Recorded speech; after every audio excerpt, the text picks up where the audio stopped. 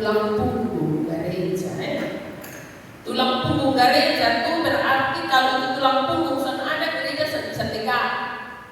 Gereja sana bisa berdiri, mengalami cacat total ya. Orang tidak bisa berdiri atau duduk secara tegak, itu dia disebut manusia vegetatif. Itu artinya dia seumpama pohon, hanya hidup tapi tidak bisa bergerak ya. Orang kesehatan tahu istilahnya kalau disebut vegetatif. Baik, bacaan kita ini yang akan mengarahkan langkah gereja sepanjang tahun 2026. Itu dia besok tema ya, di atas tuh. Tema selama 4 tahun itu ialah lakukan keadilan, cintai kesetiaan, hidup rendah hati di hadapan Allah. Untuk 2026, bersaksi tentang Allah yang setia di tengah dunia yang luka.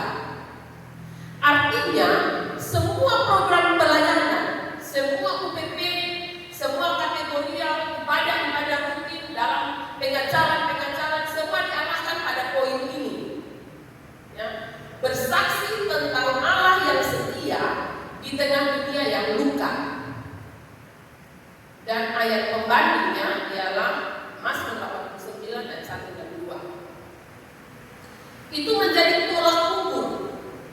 Potong memperkirakan nih, apakah tahun 2026 ini kita mampu menjadi saksi sehingga dunia yang sementara luka ini kita hadir sebagai agen penyembuh. Ya.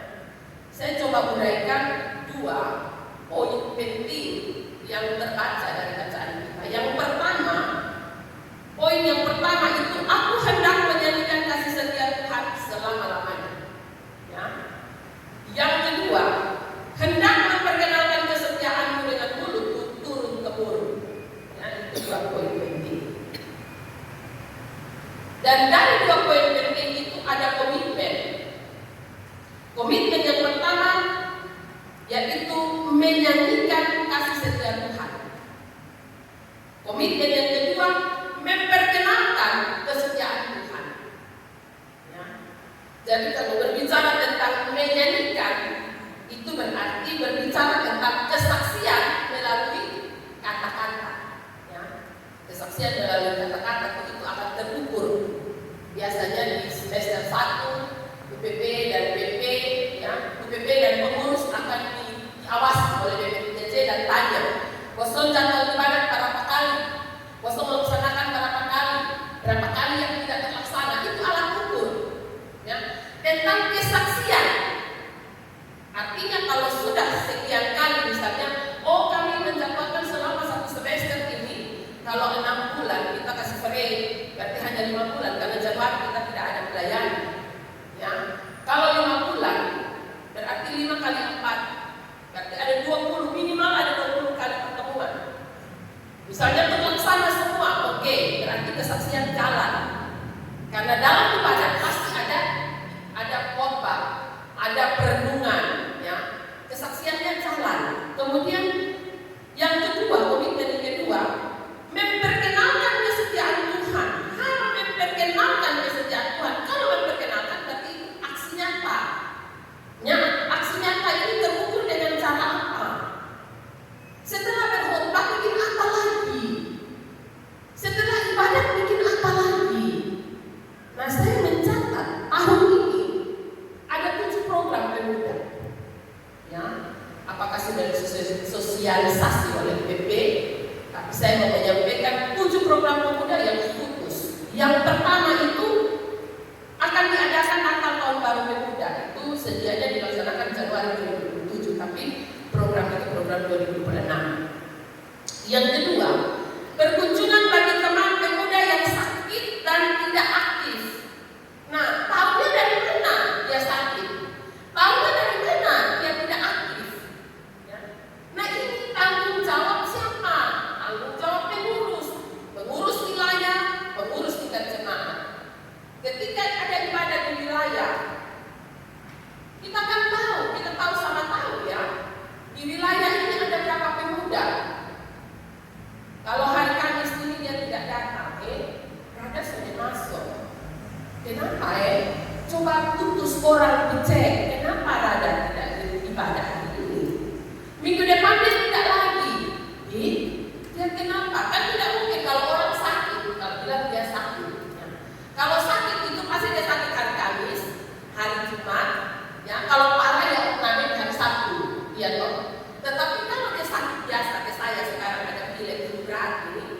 Kami sakit, oh makanya kita menggigil sudah bisa ikut ibadah. Sama kawannya kita sudah ikut ibadah.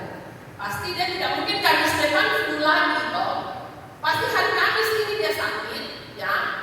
Besok dia tambah parah, mungkin lusa dia agak sembuh. Sudah dia sembuh. Jadi Kamis cuma 1 minggu.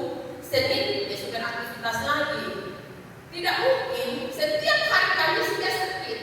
Nah ini, karena itu ketika di wilayah ada anggotanya tidak ada, harus diutus orang kawan dan kemudian cek kenapa dia sudah ibadah, sehingga program ini jalan, sehingga saat di akhir semester ditanya program ini tidak bisa hanya bilang terlaksana, no. Berapa orang yang kamu kunjungi karena sakit? Berapa orang yang kamu kunjungi karena tidak aktif?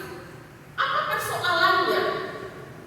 Sehingga kehidupan pelayanan itu rodanya berputar bagus, bukan bilang terlaksana, tetapi alat ukurnya mana? Tidak ada alat ukur, ya. Kemudian yang ketiga, ada ibadah kolaborasi, pertukaran pelayan tiap wilayah, ya. Itu ada ya dari tahun lalu. Alat ukurnya di mana? Ya seperti saya mengadakan absen tadi. Kalau ada ibadah gabungan, ada ibadah kolaborasi, berapa yang ikut? Ya, kayak misalnya tadi ya, tadi wilayah 1 berapa orang kakak pelayan? 8. Ada 8. Berarti ditanya ketua wilayah 1-nya mana? Masalahnya di apa? Sehingga ketika gabungan di gereja hanya kamu mengutus 8 orang. Ketua wilayah 2 mana? Wilayah 2 berapa orang? 5. Ketua wilayah 2 di mana? Itu Excel ada. Ya. Kenapa yang datang hanya ketua wilayah? Misalnya kawan misalnya dihimbau, pasti akan ada grup-grup wilayah, nama-namanya saja keren, ya. Apa? Siapa? Wilayah 1 itu nama apa? Distrik 1. Distrik 1. Woi, sama di Texas deh. Apa? Yang kedua apa? Second zone. Ya. Wih, second zone. Itu bahasa apa ya? Kalau wilayah 3 pertama? Third squad. Ya. Third squad. Wih, third squad. Ini squadnya dari ini wilayah 4? 004. 004. Keren, ya. Keren. Dan bagus. Bagus, terlalu bagus. Karena itu anak muda banget, ya. Anak muda sekali. Kalau dikasih nama wilayah 1, wilayah Rut, wilayah begitu mama-mama dan bapak-bapak wilayah. Itu konservatif sekali. Tapi nama-nama yang diberi, saya memberi apresiasi karena itu memberi semangat. Orang dengan bangganya, ya, tulis distrik 1 bangga sekali, ya. Second apa? Zone. Second zone. Keren, ya, keren. Tulis 004. Oke, keren. Ya, keren. Dan orang bangga menggunakan custom, ya, yang menuliskan identitas. Itu kan identitas. Oh, dia dari distrik 1. Ini apa sih distrik 1? Oh, itu udah kecil. Keren. Bangga sekali menampilkan identitas dirinya. Dan itu sesuatu yang baik, bagus. Itu sesuatu yang positif. Tetapi persoalannya, apakah kita apa yang sedang ingin kita tampilkan dengan identitas itu? Ya. Kemudian yang keempat, ada sudah mengakomodir prosesi Pawai Paskah. Artinya itu juga menjadi perhatian gereja. Kami bersyukur tahun lalu itu walaupun tidak diprogramkan, tapi saya melihat semangat sekali dengan anak-anak muda, saling bahu membahu, saling bahu-bahu, tiap hari hidup dengan kacang hijau. Saya sampai bilang lagi, maksudnya apa suka sedih kacang hijau, ya. Karena apa? Ada semangat dan tahun ini gereja mengakomodir kegiatan ini, ya. Artinya gereja itu memberi dukungan. Kemudian yang berikut ada wisata rohani pengurus, ada partisipasi pemuda dalam kegiatan aras klasis dan sinode, ada retret pemuda. Ini ada 7 program kegiatan pemuda. Pertanyaannya, dari 7 program pemuda ini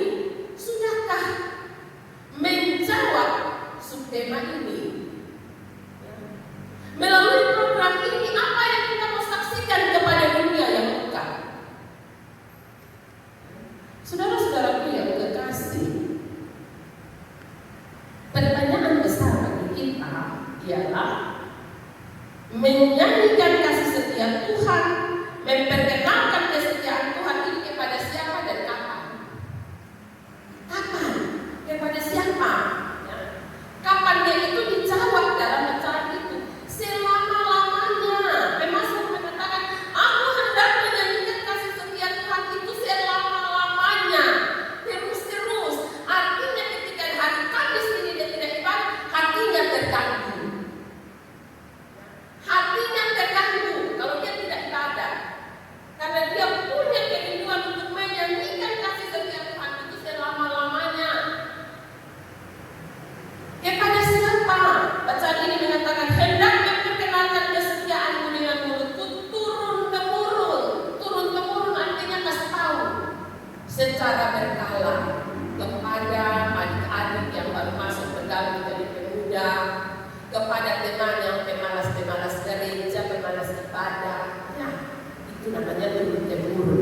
Memberikan satu amanat secara regenerasi dari kakak. Sekarang yang tua-tua ya, kakak Calvin, kalau dia tahu kakak Calvin memberi semangat kepada adik-adik yang baru datang. Kakak Suni, ya itu Suni, ya sedikit lebih kali masuk ke kelompok keempat.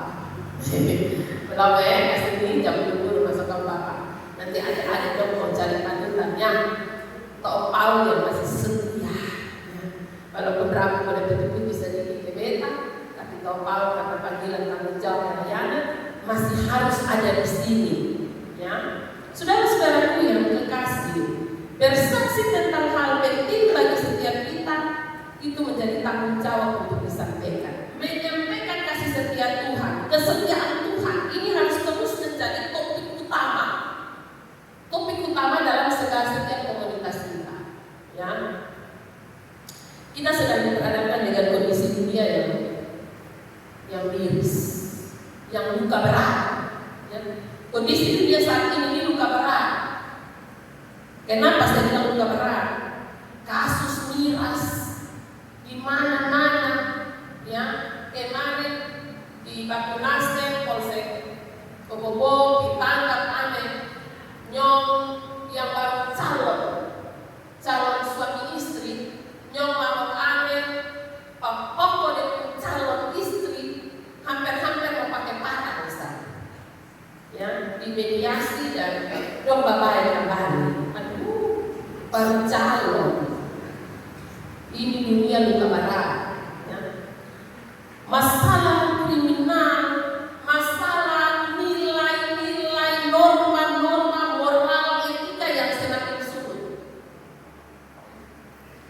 di kalangan semua, baik anak-anak, remaja, pemuda, orang tua, ragu itu sekarang ini nilai-nilai etika moral semakin minus. Ya, itu dunia yang sedang terluka. Orang semakin rendah memiliki rasa empati. Padahal ketemu panggilan dikenal sebagai kota kasih. Tapi nilai-nilai empati semakin tipis. Lu jatuh di situ beta video. Karena itu ada guna untuk bentuk konten. Ya.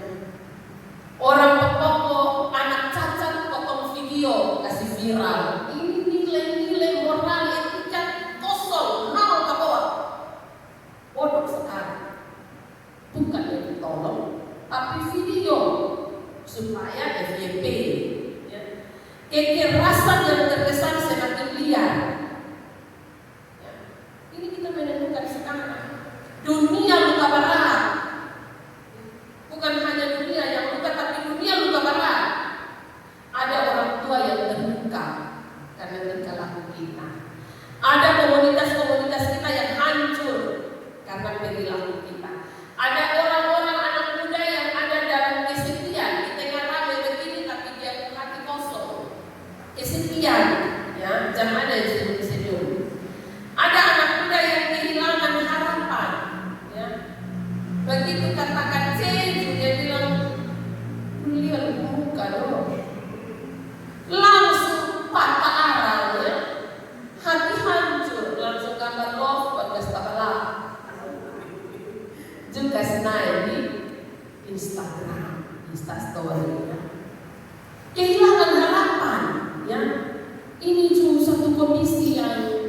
sedang terluka. Ya. Bukan saja dunia, tapi kita itu juga kadang-kadang kita bukan menjadi agen penyembuh, tapi kita justru menjadi orang yang melukai sesama kita sendiri. Dengan apa? Dengan kekerasan, bullying, ya. Di antara pemuda ini masih ada pesona yang satu pakai satu dan jadi bapak penama. Baru rasa lucu memati karena pakai kawan dan jadi bapak penama. Itu juga perilaku bullying itu, ya. Saudara-saudaraku yang dikasih, apa yang menjadi peran pemuda? Itu jadi pertanyaan untuk 2020. Peran pemuda ada di mana? Nah, mampukah program-program, ada 7 program ini menolong orang muda untuk bersaksi tentang kasih setia Tuhan? Ya. Ketika kita bikin program, misalnya tahun ini atau ikut prosesi Paskah, mampukah apa yang rame-rame itu menolong luka teman? Tahu kesundek kotong kalau ada kawan yang terluka karena kata-kata kita. Sadar kesundek? Itu pertanyaan besar. Ketika kita retret, ketika kita berwisata, apakah mampu menyembuhkan luka? Ataukah sepulang dari retret banyak hati yang patah? Karena mengambil kesempatan di retret dikatakan, tapi jawabannya no, maka pulang dengan hati terluka. Nah ini rusak. Berarti tahun depan, kan saya tahu tahun depan akan ini saya bilang tidak, karena nanti banyak yang cari tali pulang dari retret.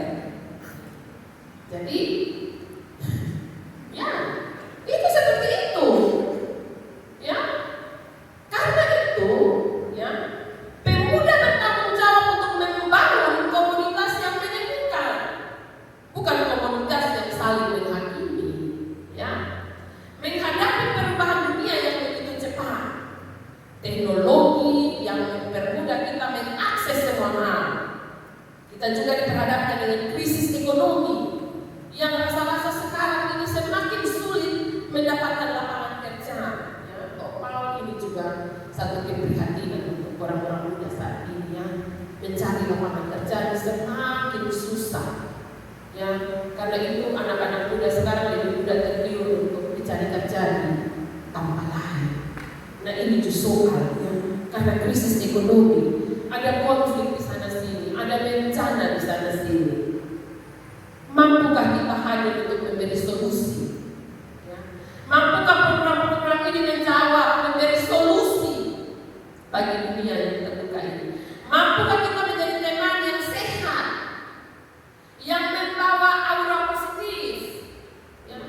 Sehingga teman kita yang terbuka jangan kau bilang parah, dia parah lah, kau bilang dia tambah parah lah, woi kawan, minum supaya lupa tua, minum habis sudah tak tahan.